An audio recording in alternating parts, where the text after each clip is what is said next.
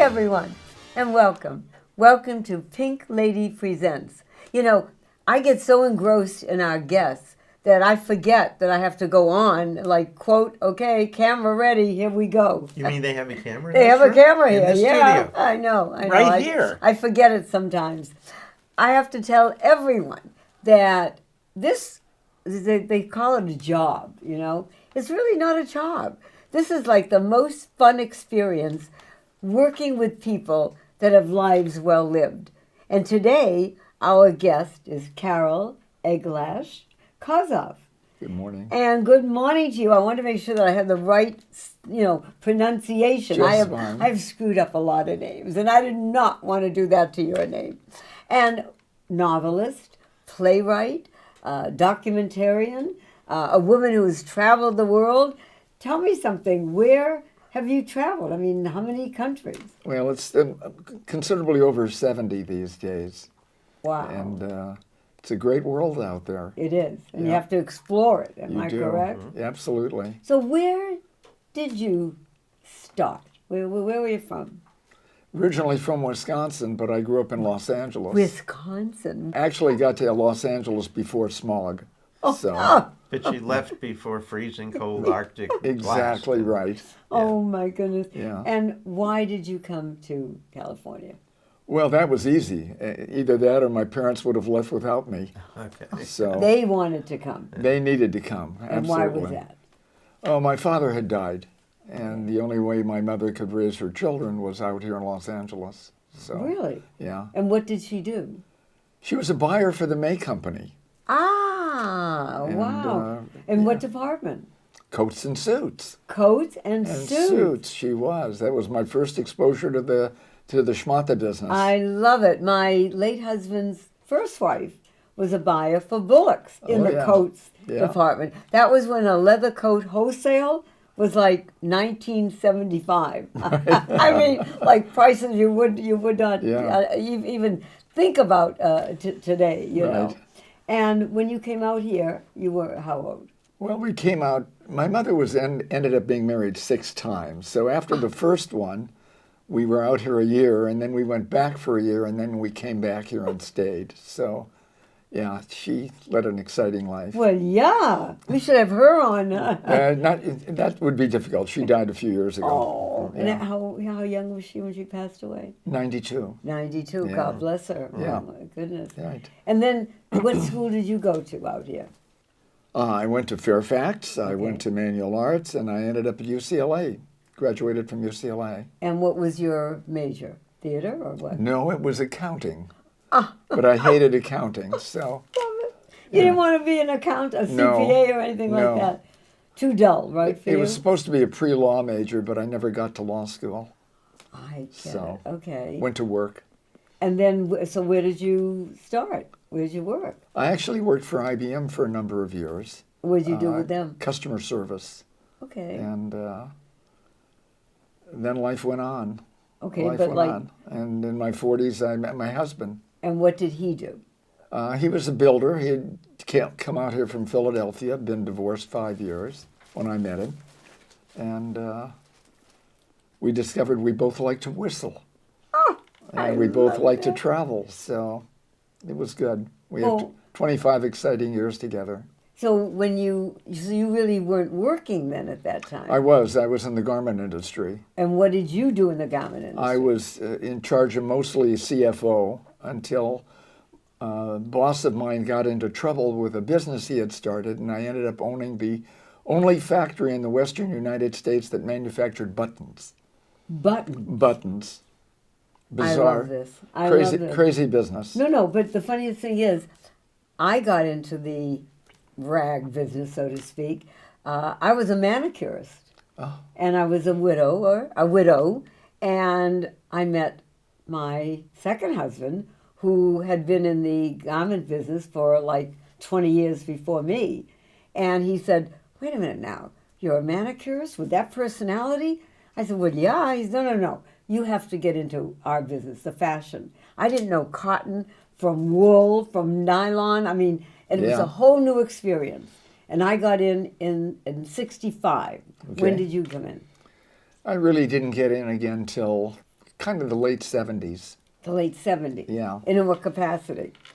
As a controller, and then a number of different companies. And then I ended up having to fix this button business that was upside down. And how did you do that? Well, it was interesting. I mean, when I got there, it was losing about $50,000 a week. A week? Yeah. By the time I sold it, we had quadrupled sales. I had 80 employees and was making a lot of money. So it was time to sell it. Good for you. Now, were you writing in those days? Because No. you've written some books. I'd written a couple things before I met my husband, but in the 25 years we were together, I never wrote anything. It all started again after everybody died in my life. That was what I was just going to say to everybody. In 2006, was it? 2006. Carol had something that many people, I don't think, could come back from it. As the loss of your husband, your My mother and my brother all in a the 2-week same- period. oh, Yeah. in a 2-week period. Yeah. Yeah. Wow. Yeah, it was not easy. No, it was definitely not easy. No. And then what did you do during that? I mean, how did you get back to doing what you wanted to do? It was kind of strange. We were trying to you got to figure out what to do with your life after you go through all of that. And Yeah. there was a commercial on NPR radio from the American Jewish World Service looking for volunteers. And I called him and I said, "Can you handle an old broad who's a bad Jew?" And I ended up going to Cape Town, South Africa. That's when you went to South yeah, Africa. working Okay. on the black townships, teaching. And what did you teach? I was teaching marketing. We were teaching them how to be more visible, how to raise money for their projects. And I met this amazing group of people, and we agreed I'd come back the following year and do a book about them. And was that the human spirit? That became the human spirit. This group of white and black women who had worked there during apartheid, gotten beaten up by the security people as they tried to provide blankets and food down there. And that became my first book and then my first play. Carol, what I'd like to do is I'd like to have our audience see a few minutes of Sure. the human spirit. Can we just go to that, please?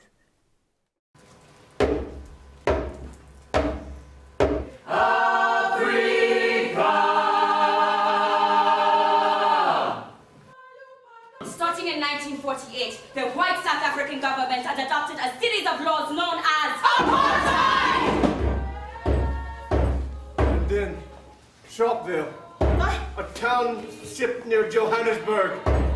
Security forces killed or wounded nearly 500 people. My sister and her 6-year-old son were running away when bullets ripped through them.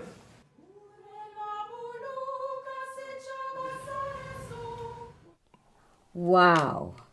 So tell me, when you say they got beat up because they wanted to work as women, or what? No, they were bringing, whites were not allowed into the black townships. And this woman had graduated out of the University of Cape Town in 1962. Was she black or white? She was white. She was white. Okay, now and I'm getting it. She Okay. got offended by what the care of the native people there, and started bringing food in and blankets and opening preschools for the children. Oh my goodness! And you got beat up for that. Got beaten up for doing that. Had her arm broken. Had her eye damaged at one point. Oh. Pretty brutal. So you know. Yeah, that's where Carol and I met. Right. because Well, yeah, how did when you she- meet? When she wrote the book and then she produced a play, Right. The Human Spirit, at the Odyssey Theater, and I went to see it. This is the one you told me about. Yes, I went to see it, and I was totally blown away. yeah. I mean, I looked around at the audience because beside my feelings, I want to see what the audience is doing. Oh. And you had them. Nobody was breathing during part of it. No. And so I called her up, but did not know her, and I said, we've got all these veterans. I would love to bring some of them to see this play. And she provided some tickets, and we brought people, including Sadie, who at the time, our oldest veteran was 102. Right. And she came back and she said, "I've never seen anything like this before." Wow. How many in the cast? I mean, There were 10 in the cast, and if I can digress for one Please. yes, moment, go ahead. we had at one of the performances, we did an extra performance. There was a leadership class going on at USC for 40 high school students from around the state. Oh. And we did a performance just for them.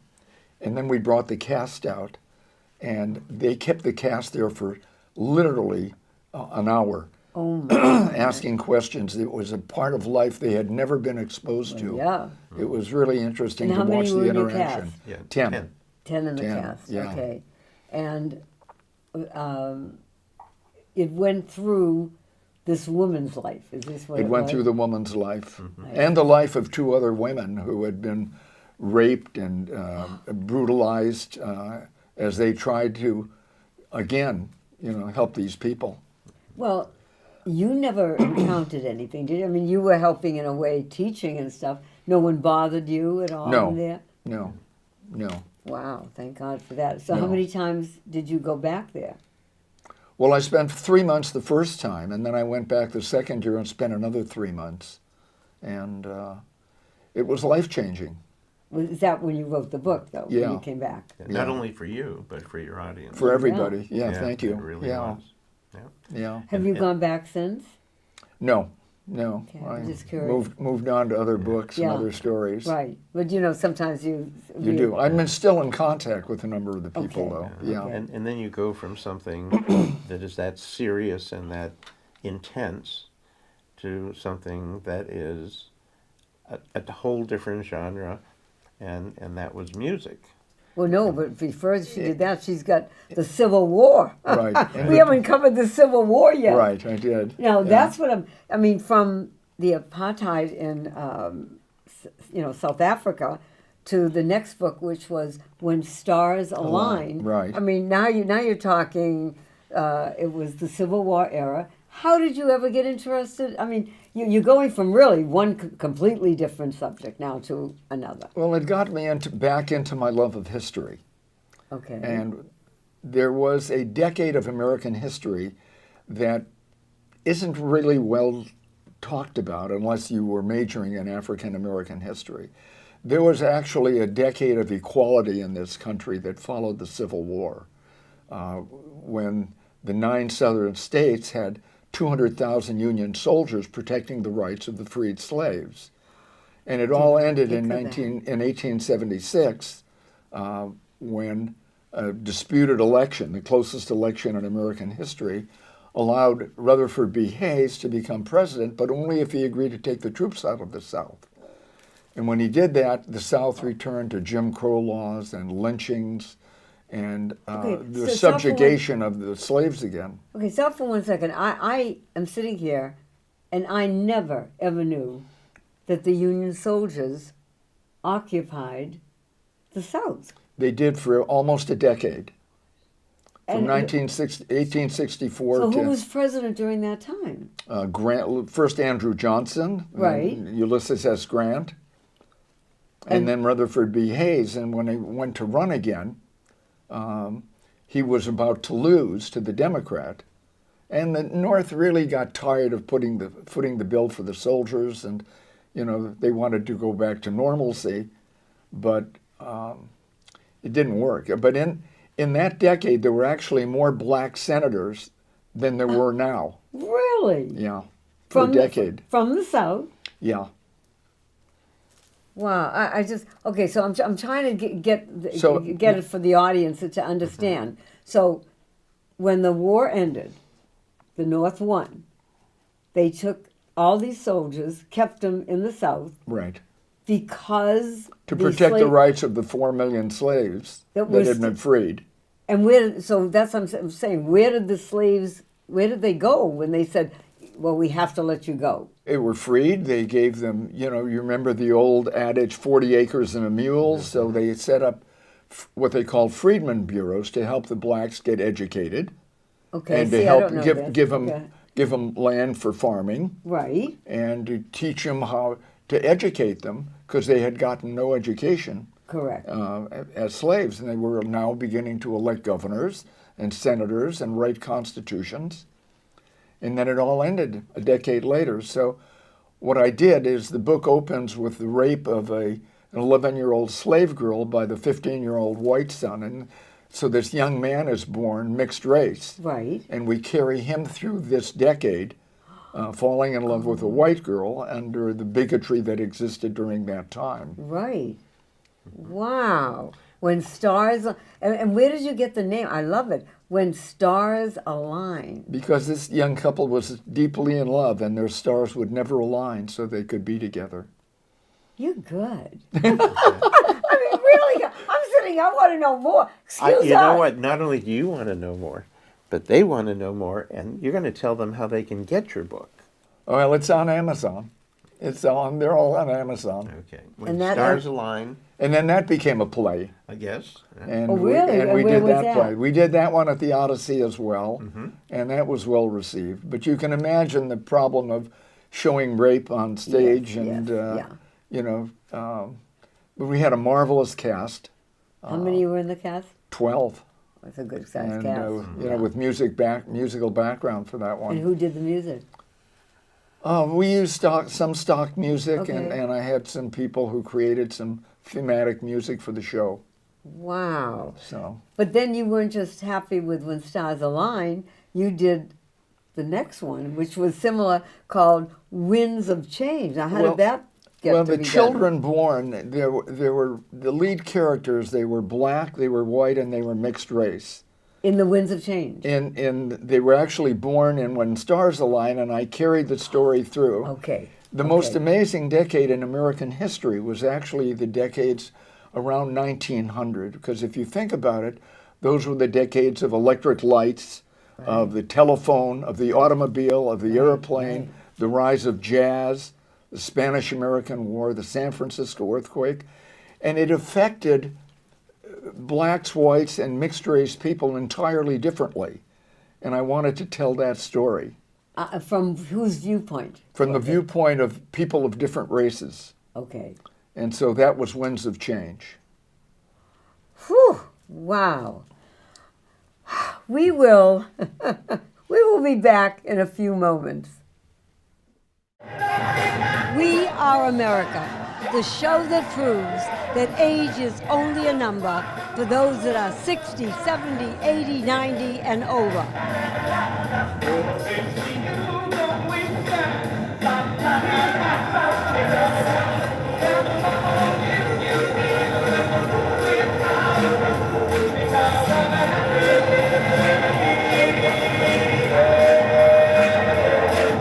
Come and see us, for we are America.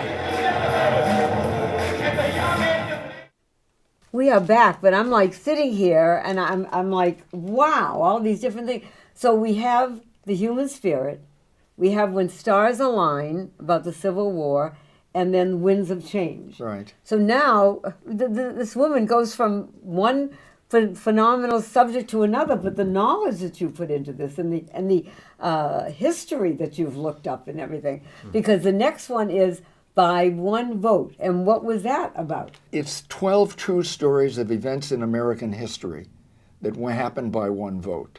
Love it. I Jefferson love it. got elected by one vote. Who? Thomas Jefferson Thomas got Jefferson, elected did not by know one that. vote. Okay. We ended up with Washington, D.C. as a capital by one vote. We funded the Civil War by one vote.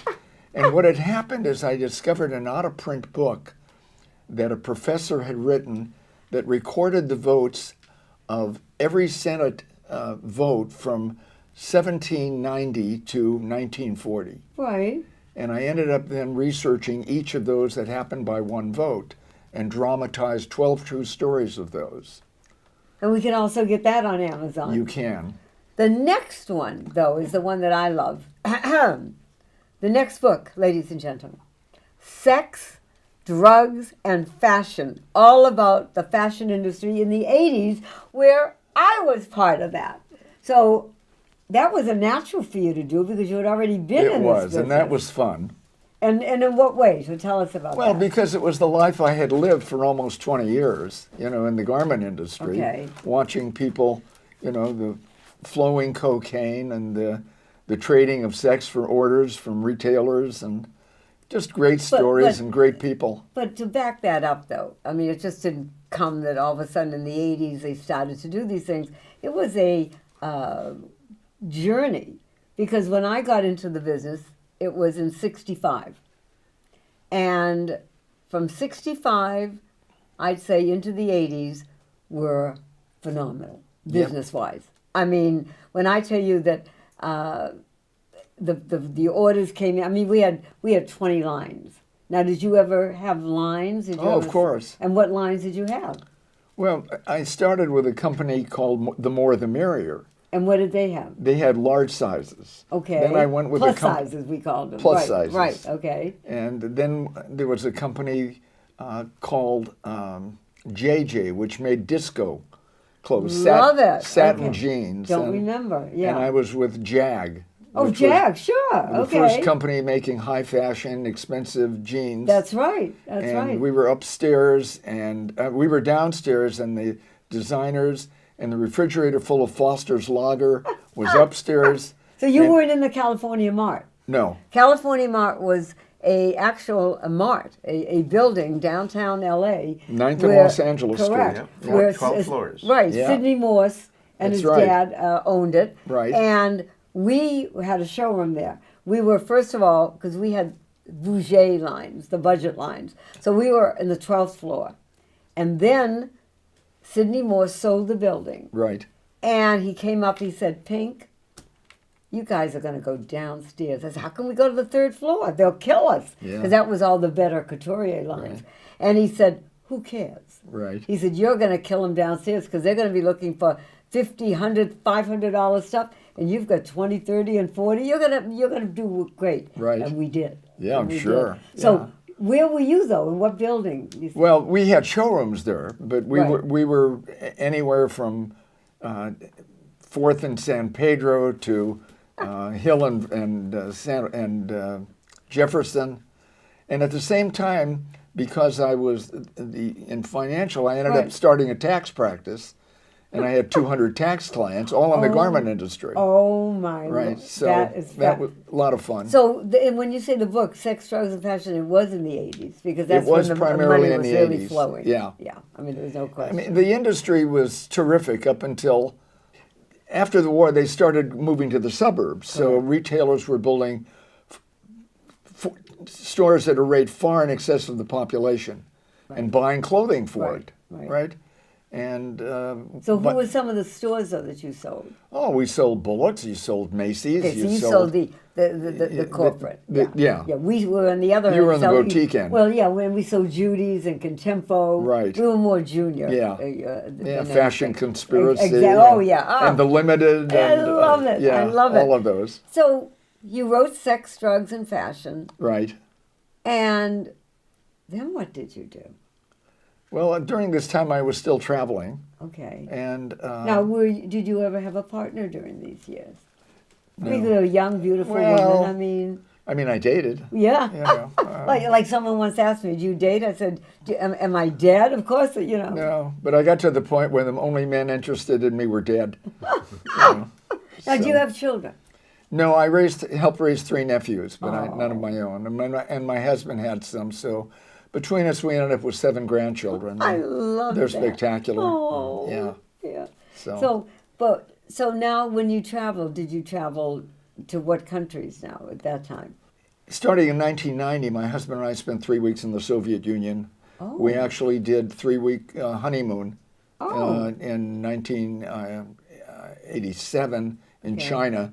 Oh, wow. Okay. We did 1 week in Hong Kong, 1 week in Taiwan, and 1 week in mainland China. Now, how did you, from all this that you're doing, how did you then get to the art of David Levkovsky?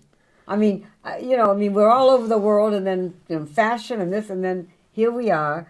And I'd like to just show our audience a little bit of, Sure, go ahead. of a trailer.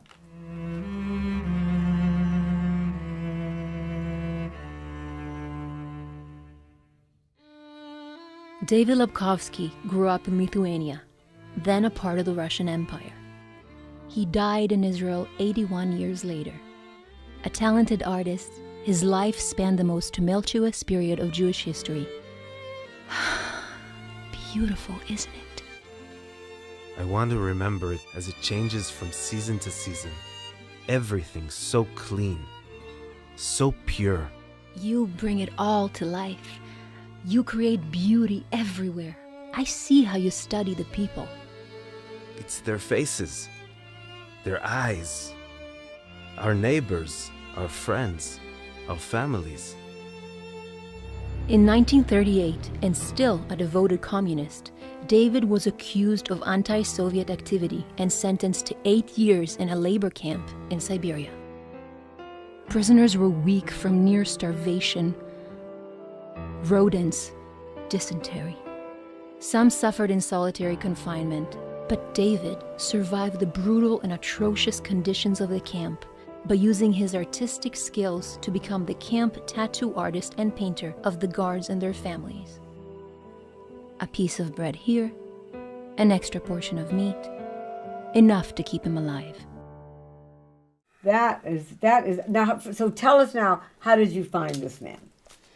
Well, I ended up at brunch at my husband's kid's house, and they had another couple there. Okay. This young girl whose uncle was David Lepkowski. Oh. She ended up having made arrangements to show David's art at the Holocaust Museum in Los Angeles. Uh-huh. And I said, well, it would really help if you had a closed-loop short film that described his art when you weren't there. Oh. So we did this 6-minute film. It ended up winning a lot of awards at film festivals. His art was totally amazing. As an aside, her mother was close friends with a woman I wrote about from Cape Town, South Africa. They were both all from South Africa. Really? But the film had done so well, we then did a 30-minute version of it, which we do show. It didn't win any awards because it had some gruesome parts in it of the Holocaust and the crematoriums and those things. But it was an important film. And how do people see it? I mean, we saw it online. I mean, how do people just go online and look for your name and then that comes up? No, there's a link, though, that for that film, and there's a link for the longer one as well. Okay. How do they email you, Carol? Through the internet. Okay, and? It's ceglash@aol.com. Would you repeat that, please? ceglash@aol.com, and I'd love to hear from you. And what intrigued you about David? He survived the Holocaust by being in a Siberian prison camp. Mm-hmm. And having once survived, and none of his art from before the war and before the Holocaust survived. So the 500 pieces that survived afterwards were all painted from his memories. Oh, my goodness. Wow. And they deal with Lithuania, and they deal with the crematoriums, and they deal with the relocation to Israel. Right.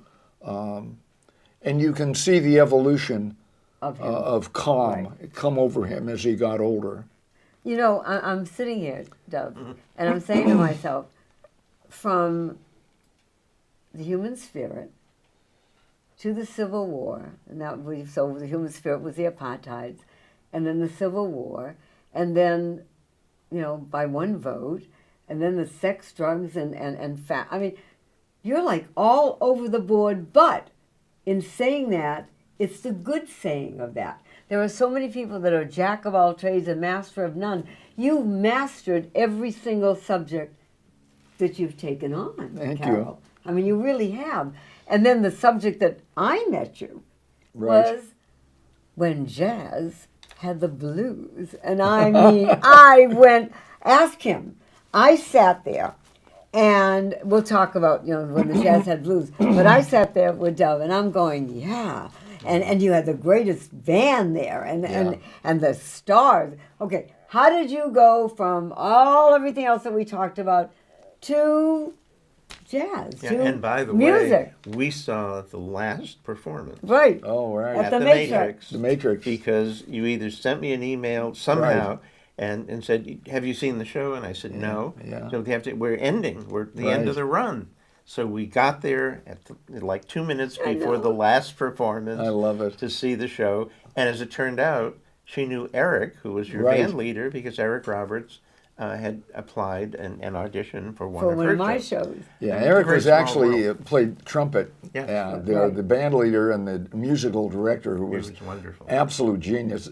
was Ron Coleman, and he's terrific. Now, how did you get to that point, though? What all of a sudden? I mean, you really were tell doing us some serious things. For those who don't know, what it's about.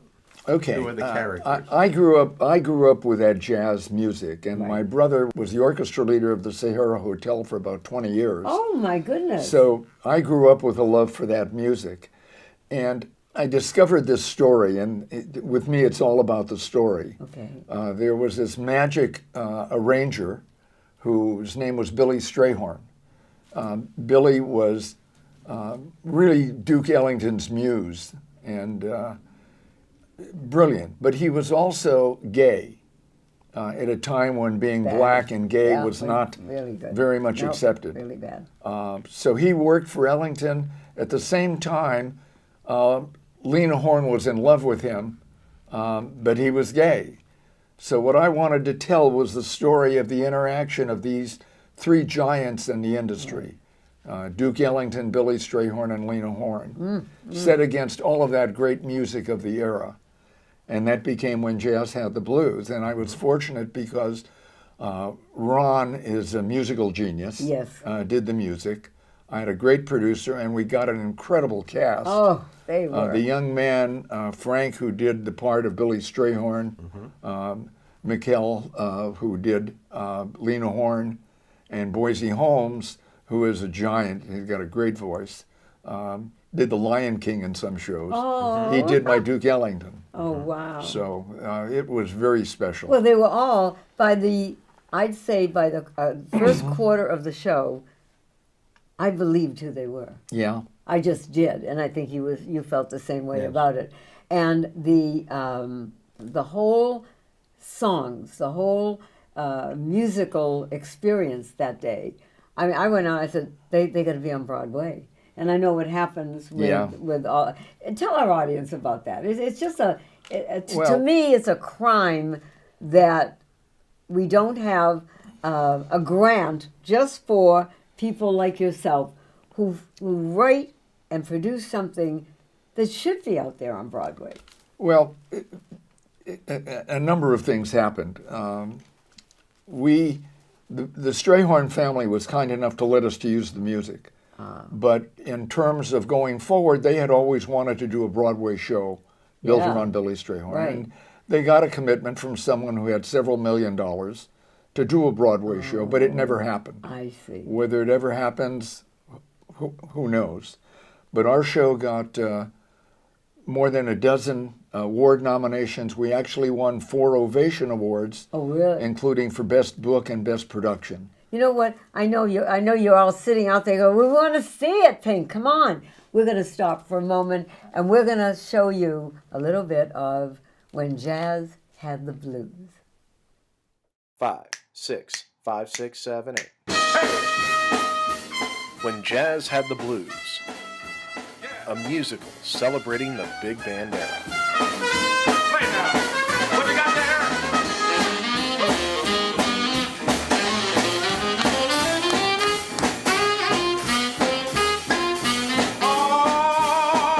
Duke Ellington, composer and orchestra leader.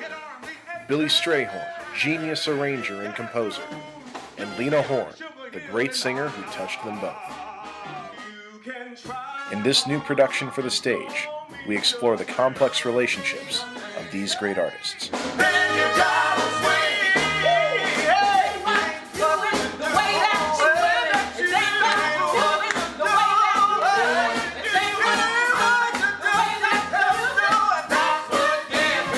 On Broadway and in the nightclubs, Billy and Duke were an incomparable pair breaking down racial barriers, bringing jazz to a nation at war.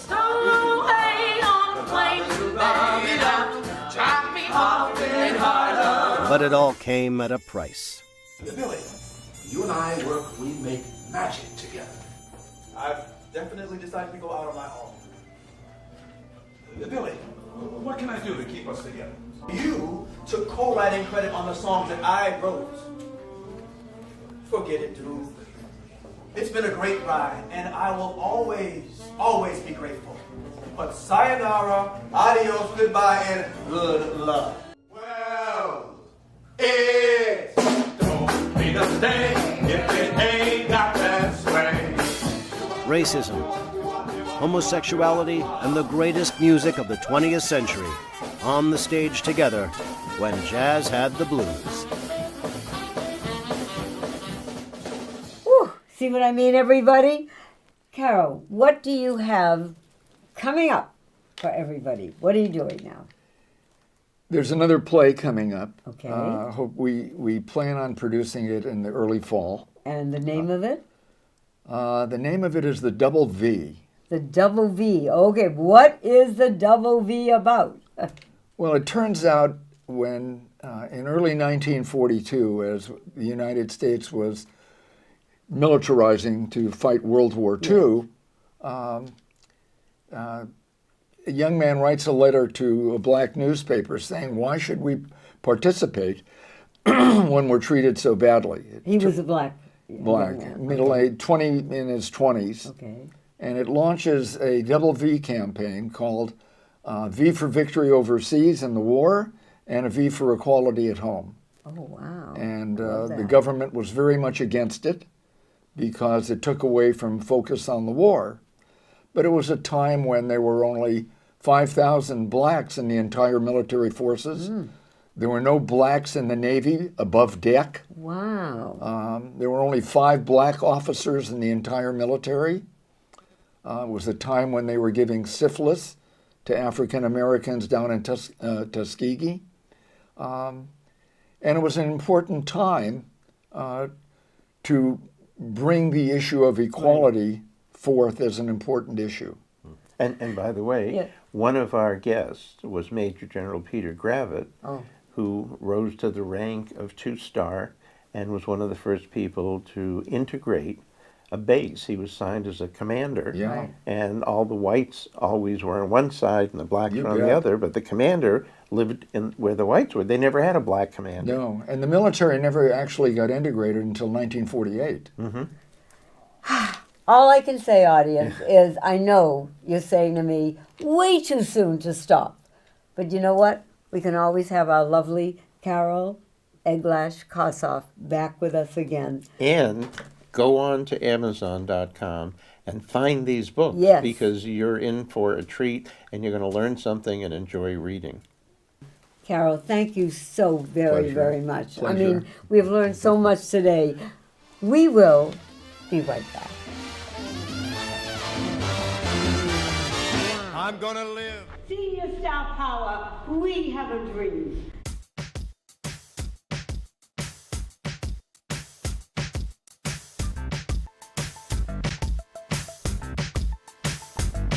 What did you think of the show? I thought it was marvelous. Oh my gosh, it was so inspirational and it was so entertaining. I was so impressed with all the talent. But what comes to mind immediately, I think of Tony Bennett, Lena Horne, Angela Lansbury, all of these people who are seniors, and hey, you know, the sky's the limit. It was a wonderful show, and I enjoyed it immensely. We enjoyed it, my wife and I, immensely.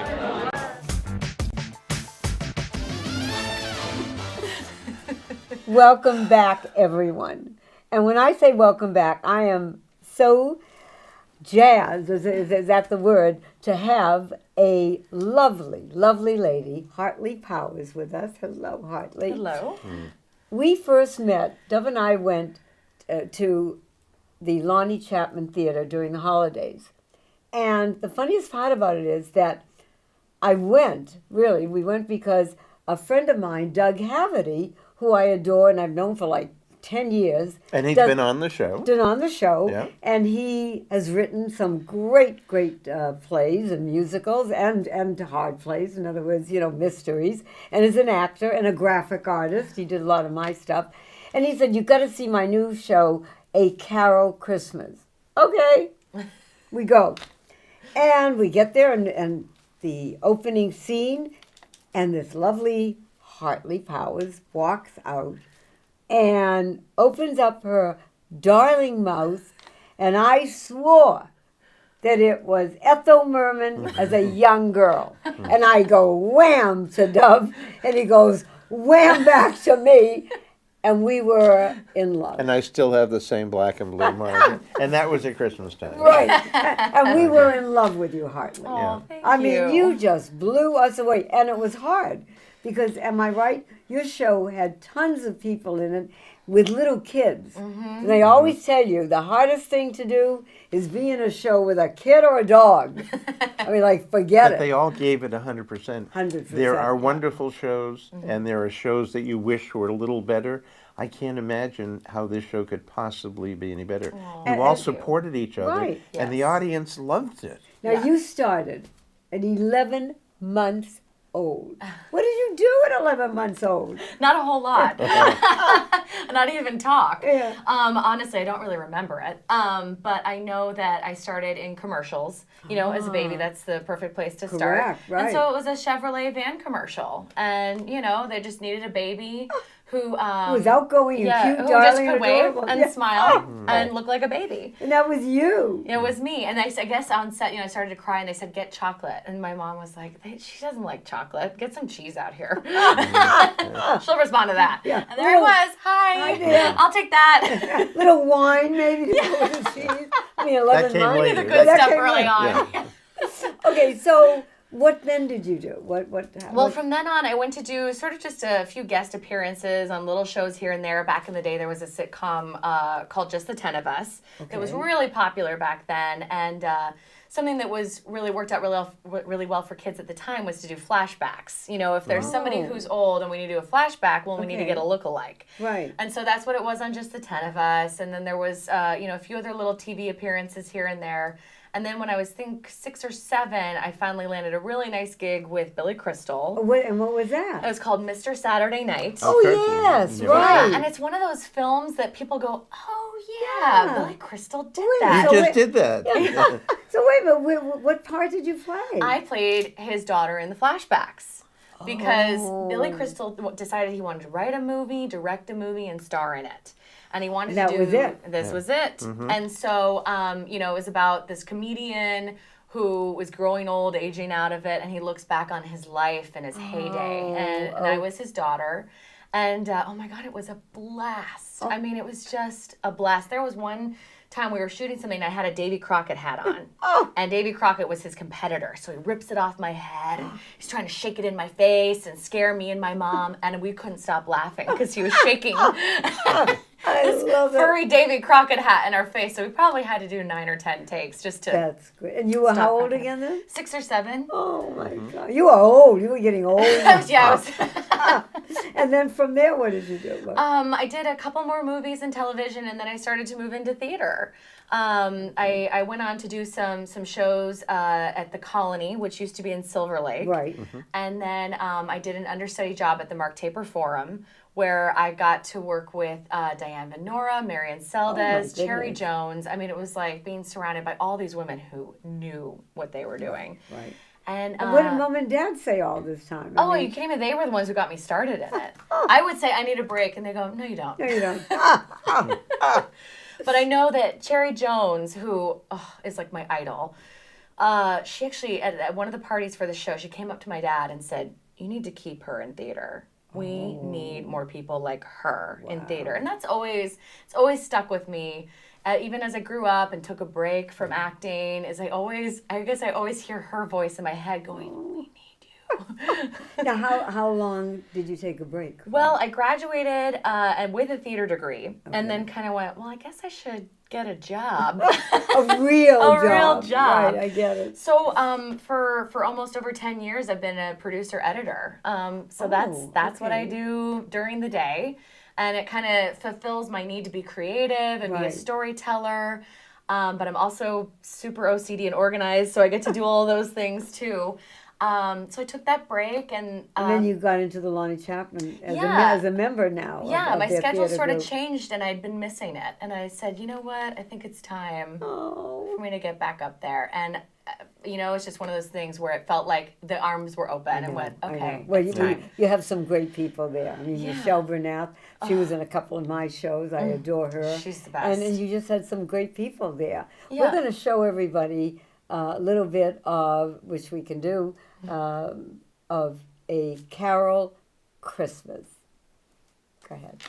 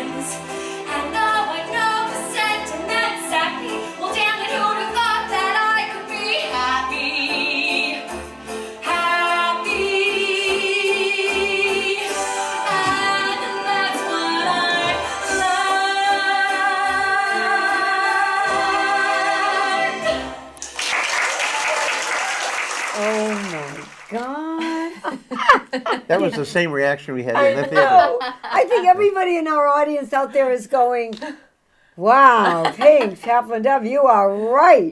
We came back that evening Oh, this was and funny. got online. Yeah, right did away. a constant contact to many thousands of people saying, it's only running one more week. If you don't go next Right. week, Oh, yeah, we you did a won't big see thing. it.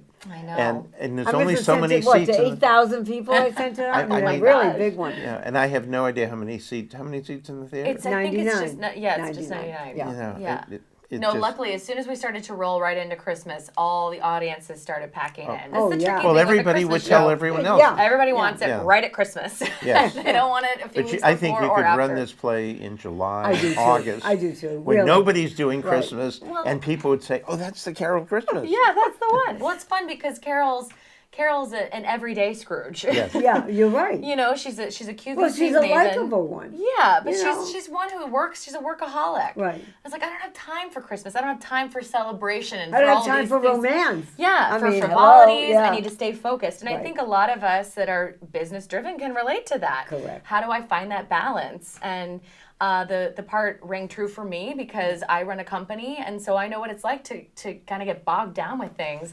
and then get lifted back up and go, oh yeah, I should be celebrating Now, things. what is your next venture now? What's Well, I'm hoping that my next venture will be Avenue Q. There are auditions coming up actually rather soon, so I'm going to be auditioning for that. Good.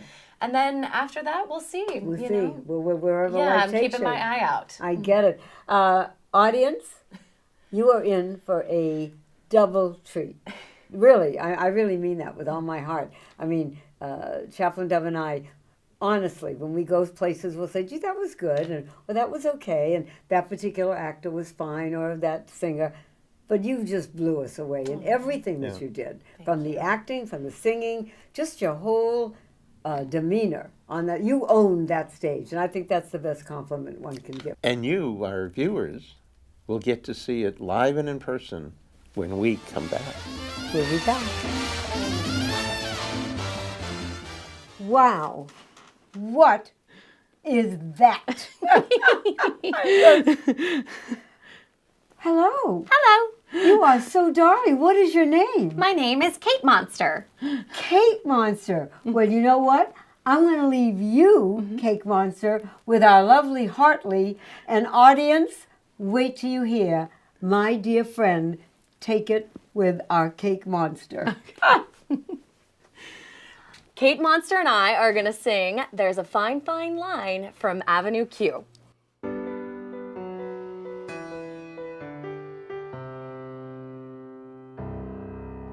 There's a fine, fine line between a lover and a friend. And there's a fine, fine line between reality and pretend. And you never know till you reach the top if it was worth the uphill climb. There's a fine, fine line between love and a waste of time.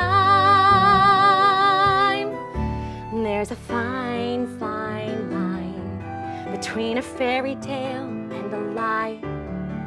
And there's a fine, fine line between you're wonderful and goodbye. I guess if someone doesn't love you back, it isn't such a crime. But there's a fine, fine line between love and a waste of your time. And I don't have the time to waste on you anymore. I don't think that you even know what you're looking for.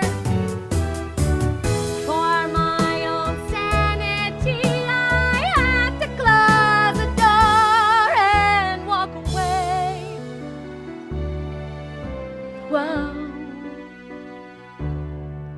There's a fine, fine line between together and not. And there's a fine, fine line between what you wanted and what you got. You gotta go after the things you want while you're still in your prime.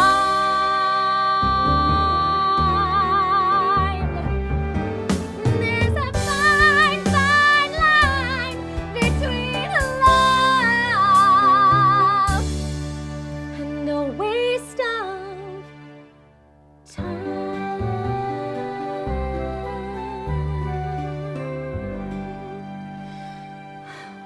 Oh, wow. I know what I want, Hartley, right, Dove? We want another song. All right. Well, I think Kate Monster has some friends to go meet. Yes, I do.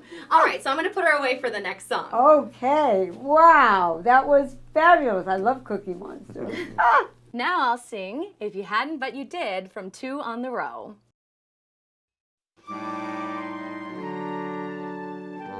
There he goes, as usual, my man, breaking my foolish heart. I really don't know what to do about him.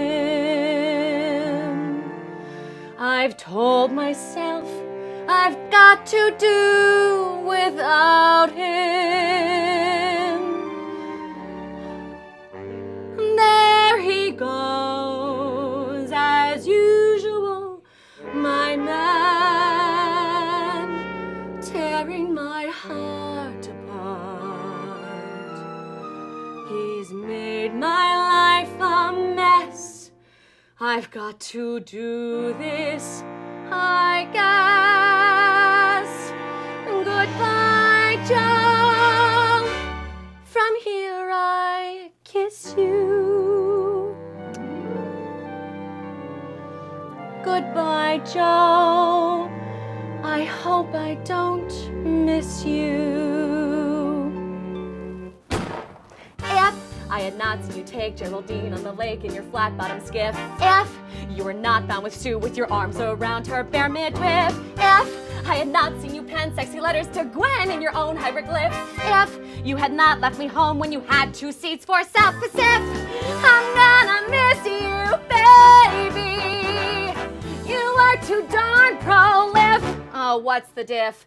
If you were not such a hound that when game was around always picked up the sniff, if you were not such a two-timing guy, if you weren't, if you hadn't, if you didn't, if you weren't, if you hadn't, if you didn't, but you were and you haven't, you went and you didn't, so goodbye.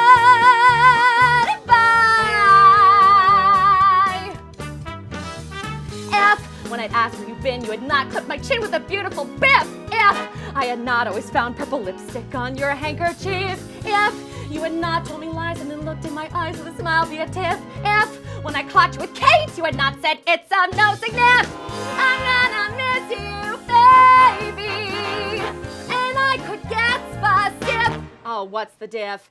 If the best years of my life were not spent as your wife with no marriage certificate, if you were not such a two-time guy, if you weren't, if you hadn't, if you didn't, if you weren't, if you hadn't, if you didn't, but you were and you haven't, you went and you didn't, so goodbye.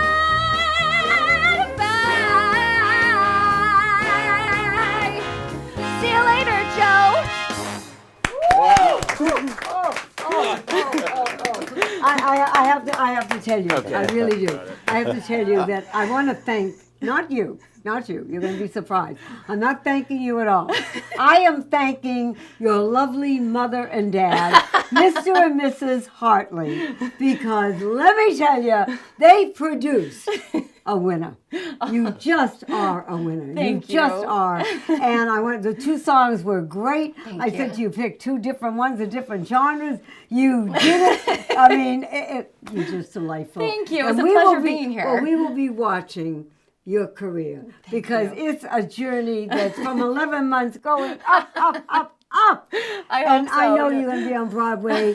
And when that time comes, you owe me 2 tickets in the front row. You got it. Ladies and gentlemen, that's what I'm talking about when I say to you that we have lives well lived and living. Thank you so much for being here. God bless you. We will see you next time. Thank you. I'm gonna live until I die. The blues I lay low, I'll make them stay low. They'll never trail over my head.